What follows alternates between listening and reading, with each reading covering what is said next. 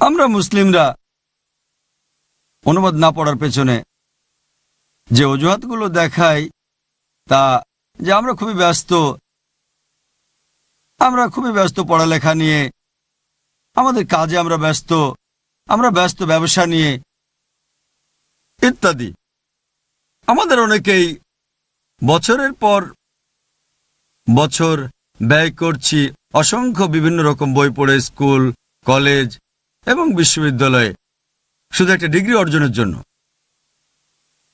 আমাদের স্রষ্টা আল্লাহ সুবহানাহু ওয়া তাআলার বার্তা পড়ার সময় কি আমাদের নেই?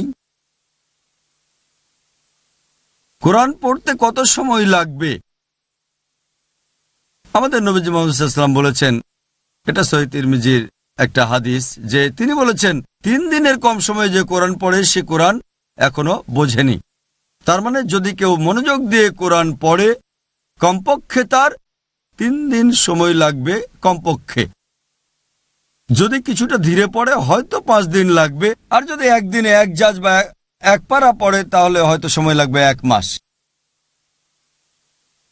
আমরা কলেজ এবং বিশ্ববিদ্যালয় থেকে যে ডিগ্রি অর্জন করি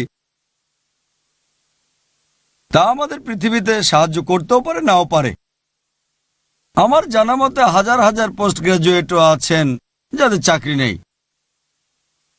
আর স্কুল, কলেজ এবং বিশ্ববিদ্যালয়ে যে শিক্ষা আমরা অর্জন করে থাকি তা যদি আপনাকে আল্লাহ সুবহানাহু ওয়া তাআলার কাছে না নিয়ে যায়, যদি আপনাদের স্রষ্টা সর্বশক্তিমান আল্লাহর কাছাকাছি না নিয়ে যায়, তাহলে এটা আখিরাতের জন্য ব্যর্থ। তাই যে শিক্ষা স্কুল, কলেজ এবং বিশ্ববিদ্যালয় থেকে অর্জন করেন সেটা দুনিয়াতে উপকার করতে পারে, আবার নাও করতে পারে।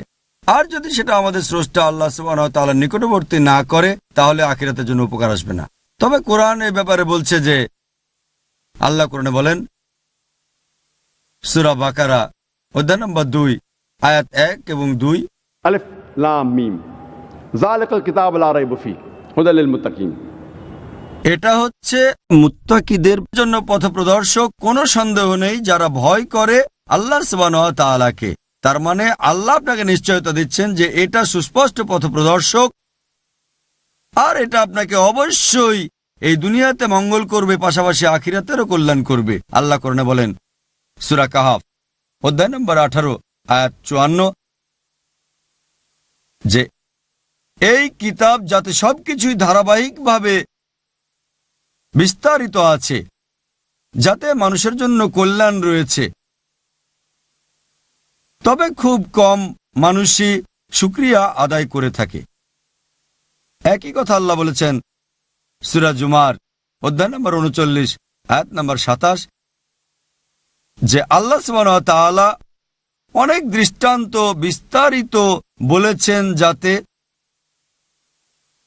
মানুষেরা উপদেশ গ্রহণ করতে পারে।